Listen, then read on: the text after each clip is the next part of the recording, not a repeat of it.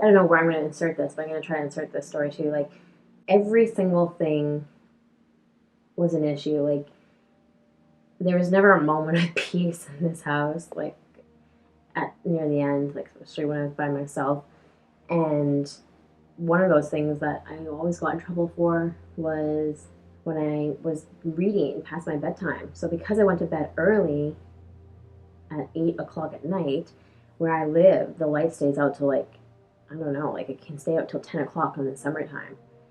And so I was always at past my bedtime reading. I say I'm sleeping, say I'm, the lights were out, but I was using the sun to read. And then if she came upstairs and like opened the door, she'd catch me reading, not sleeping. Because I was so addicted to reading. I just loved reading. I just couldn't stop reading. I was like the craziest reader. I can read so fast, and even to this day, like I can read so fast. I read all my books, which were like for sure hundreds of books, and I continued to read into my mom's rack of books in her room, which I don't think she knew, but they were those romance books where they talked about like doing it, and there was like some like really hunky, hot man with his like chest out holding this girl with her breasts hanging out of a beautiful dress, and they're on a horse. I don't know what they're called, but whatever. Like, I read those books like one by one, and I started chipping them off in my mom's room. Like, if I just took one book, she wasn't going to realize it as long as I hid it well.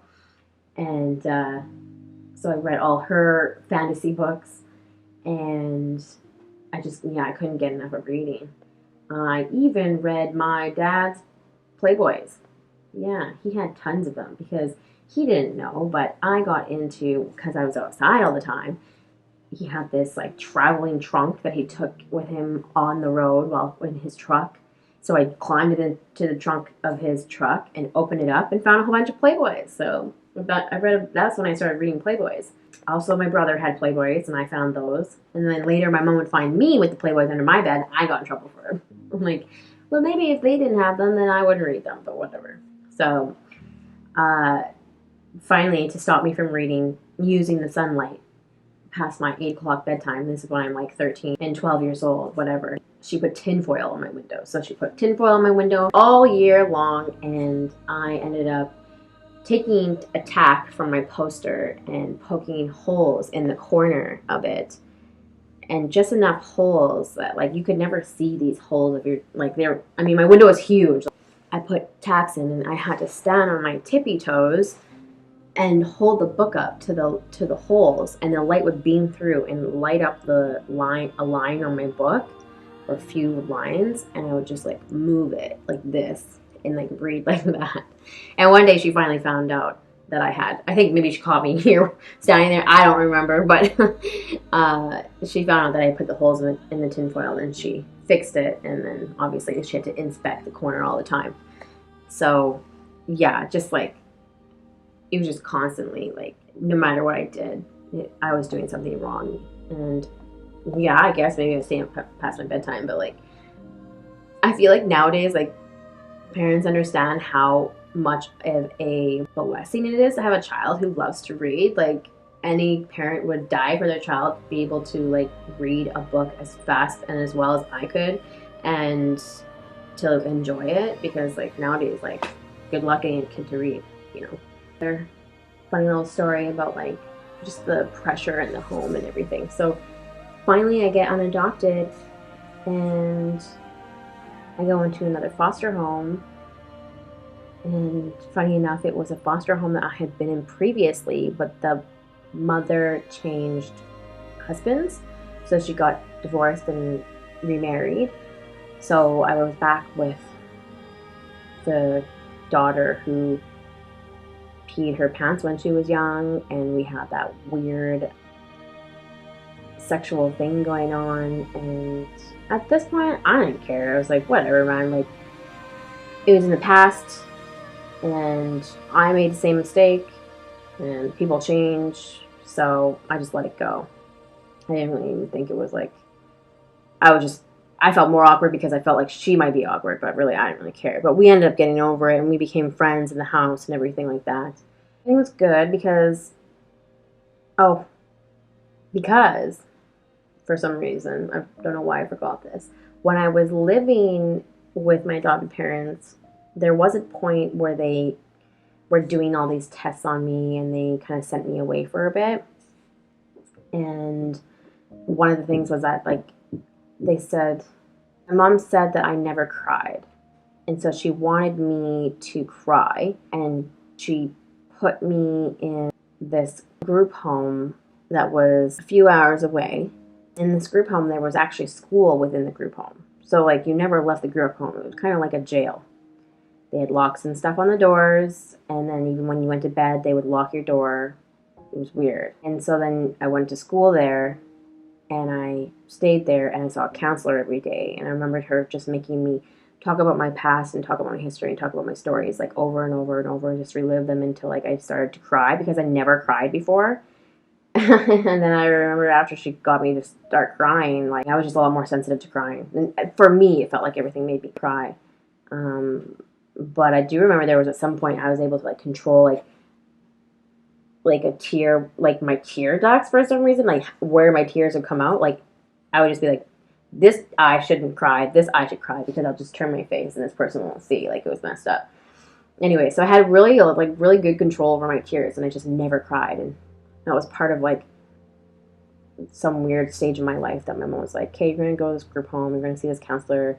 Like, she's like, she never cries. Like, it's messed up. And I remember the people, the group home workers there were like, why are you here? And myself included, I was like, I don't really know. Like, I'm not too sure. But my mom seems to think I need to be here. Mom's kind of crazy, has her own twisted perception of things. And so I'm here. They're like, you're just too good to be here. Like, they would say these things, which were really encouraging too. And I think they started to, like, empower me to kind of leave the home as well, and just to kind of see, like, my life differently. And the kids there were crazy, absolutely batshit crazy. They were swearing like crazy, which I never swore.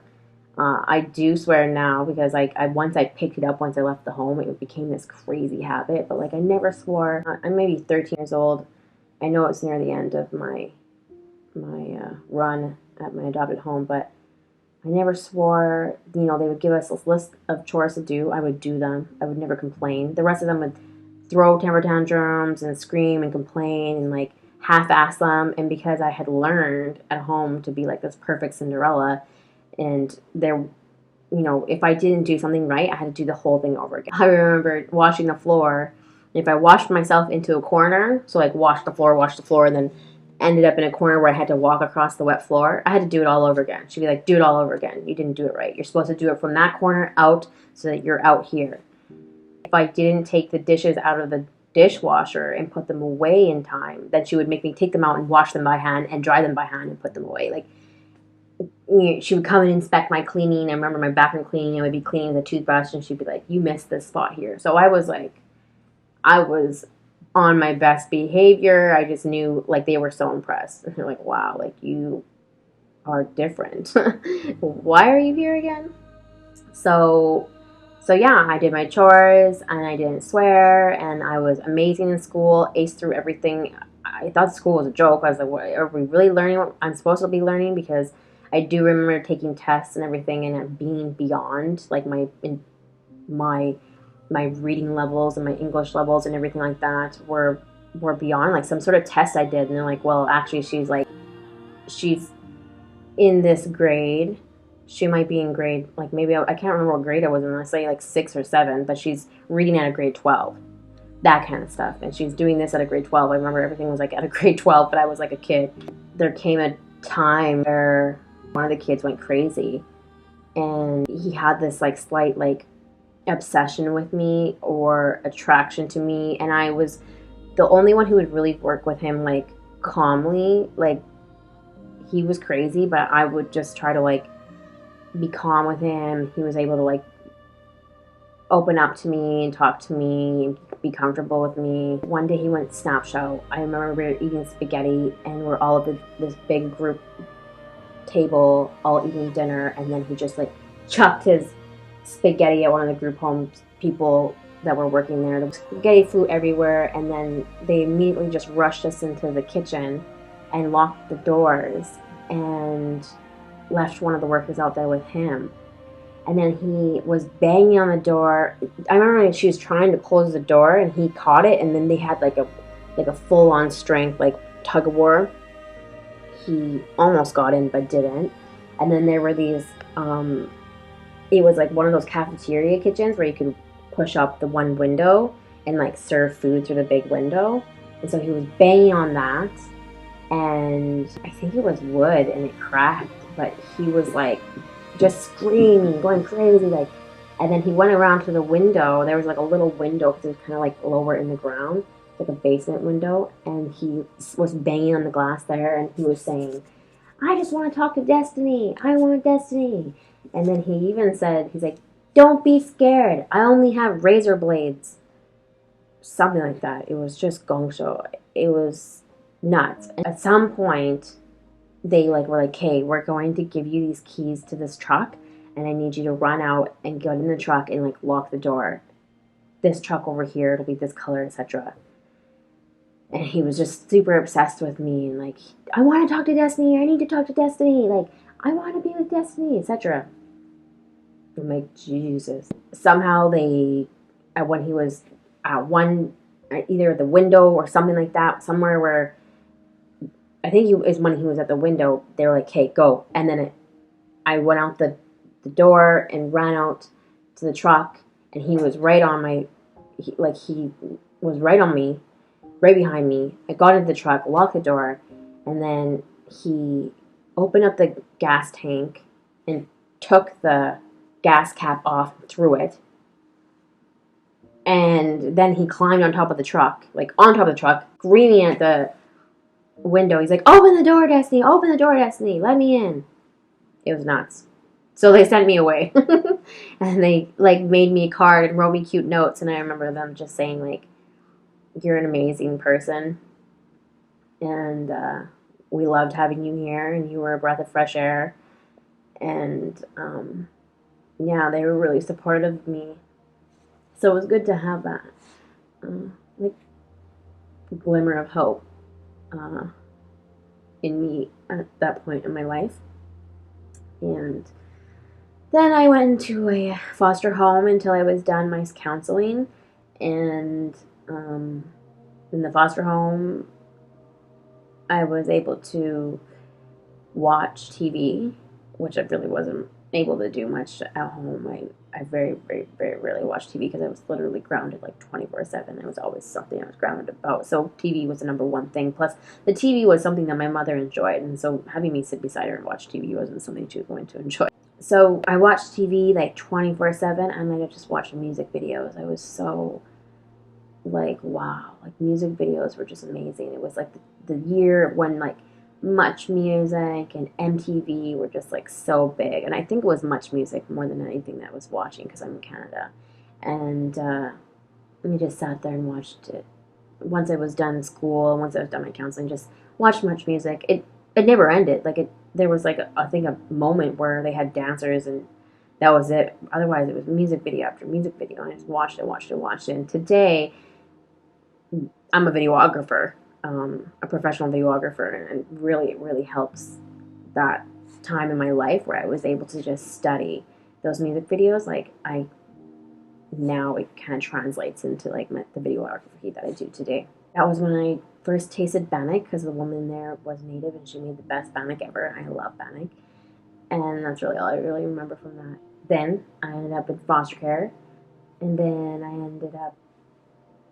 Everything was great. Again, the same thing in this foster home. I was the best child. I would do my chores, no problem. I would do them properly, probably better than they had expected me to do it. And yeah, I just didn't complain. I was so happy. I felt so like excited and blessed to be outside of that home. And I just didn't have problems with the parents at all. Like I just didn't do anything wrong. I was like the perfect child. Like for all of the life that I lived in my adopted home, I was just a burden on the family.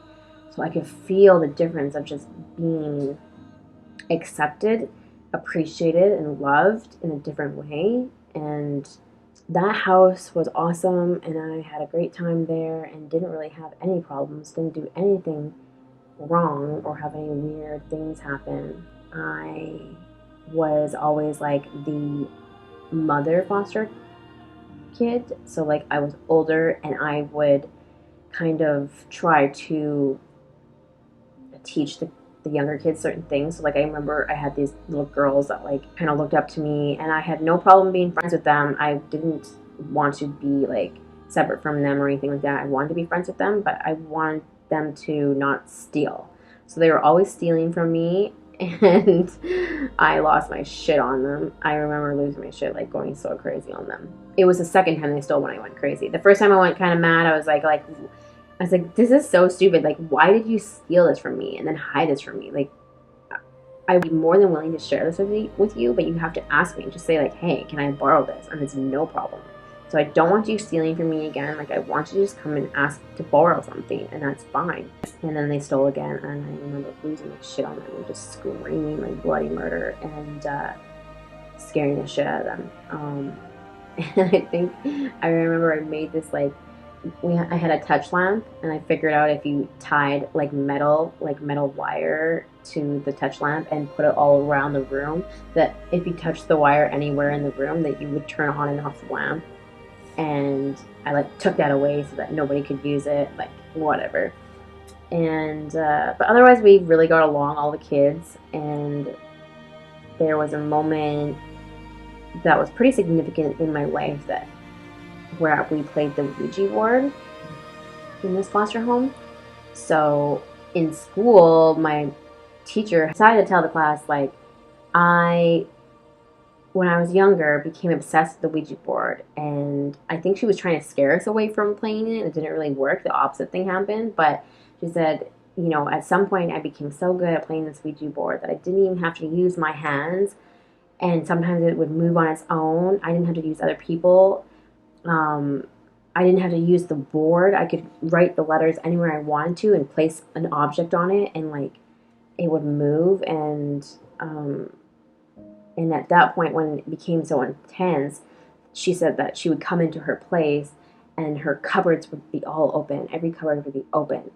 And then she would close them all, and she would leave, and she'd come back, and they would all be open again. And her phone would ring, and she would pick up her phone, and there would be some weird like gurgling sounds on it, and it was just like all these creepy, like it was like her house was possessed kind of stuff was happening. And so she said that she, you know, spoke with a pastor or a priest or whatever and had him come by and like cleanse her house and like remove that energy that was causing like all this disruption in her home. And she did say that, like, she was like, it told me that I would marry TS. And then she later ended up marrying a man with those initials. And she's like, and it told me I would have these kids. And she later had these kids. So when she told me that, I ended up getting a Ouija board. And the foster dad that I was living with, he had specifically said, like, I think I mentioned the Ouija board. And he's like, I will not have that in my house. So I must have used my allowance or something and got it without him knowing somehow. I don't know how, but I got a Ouija board. And I got the kids together. There were 3 of them. And I made them play Ouija board with me, and I threatened them, and I told them, if you move this little thing here, a ghost will come and haunt you and haunt this house. That was like my attempt to, so that they wouldn't move the dial, so that I would know that it was actually working. Because like, well, if the kids were moving the dial, I wouldn't know. And then I realized, you know what, just ask it a question that they don't know the answer to, and then I'll know if it's really happening, because I'm not going to move it. And so I did. I asked it what my birth last name was, what my last name was when I was born from my birth mother, which was like not on my records, not my legal last name anymore. No one knew it. No one knew it. And it answered. And then I became obsessed. And I was like, this is so crazy. This is so cool. Pretty much the same thing happened to me as it did to my teacher. And I played every day with the kids. And then finally one day, I was on the phone downstairs in the basement, and one of the kids, the brother, he would have been like maybe like, let's say 6 years old at this time or something like that, maybe even 5. And I'd say like, yeah, younger, probably 5. And he just let out this blood curdling scream. It was so crazy. And he just ran upstairs fast as you possibly could. And I just hung up the phone. I said, I gotta go. And I went up to him, and he was shaking. And he was like, I was like, what's wrong? What's wrong? And he's like, I was looking and I thought it was Amy. And when I looked, it wasn't Amy. It was some other girl. And the girl walked into the mirror and disappeared. And I was like, okay, so we've done the same thing that my teacher did. We let something in the house. And so then I somehow, searched or found out, like, what kind of thing to do with the Bible to, like, heal the house. And that was really a significant memory of mine, because it really kind of blends into this life now that I live today. And otherwise, the only other thing about that foster home that is really of any importance to tell is that there was some point where the mother and the father were leaving out of town, and their birth daughter, who was a couple of years older than me, or a few years older than me, maybe like, I don't know how much, 2 or 3 years older than me, something like that. She convinced them to let me and her stay behind at the house and just send the other kids away to babysitters, but that we were old enough to look after ourselves. My older foster sister, who was the birth daughter, said, I'm going to have a party, so you should invite your friends. And I was like, oh shit, that's like... She's like, well, I'm having a party anyways. We're going to have people over here, so you might as well invite yours. Otherwise, like, you're going to have no friends here. I was like, okay. So, lo and behold, it ends up weirdly being just some guy that came over for her, and then I end up having a shit ton of friends come over because we had a pool. And we partied, and then we tried to hide the proof that we partied. But there was one thing, was that there was tons of towels in the dryer, and she was like, why are there so many towels in the dryer? But she couldn't really pinpoint on us that we did anything. And then I didn't know, but my friend had went in the house and like was smoking weed, packed a bowl, and he was like using a I think like a sewing needle or something like that to clear it out and clean it out. And he left it on the table, and the foster mom found it. And I remember being downstairs on the computer, like just living a happy little life, no big deal, like nothing ever happened. And she came down and she came up to me, and she had the coldest, sternest look on her face, and she held it up to my face and she showed me, and she's like, and I was like, and then she just walked away. I had this crazy fear, like, because I had been living in a home for so long where I did everything wrong. I could never do anything right. I was really just constantly judged and accused of so many things, and I felt, displaced and unloved and unliked and just rejected, that I just couldn't handle it. Like I was the perfect foster child.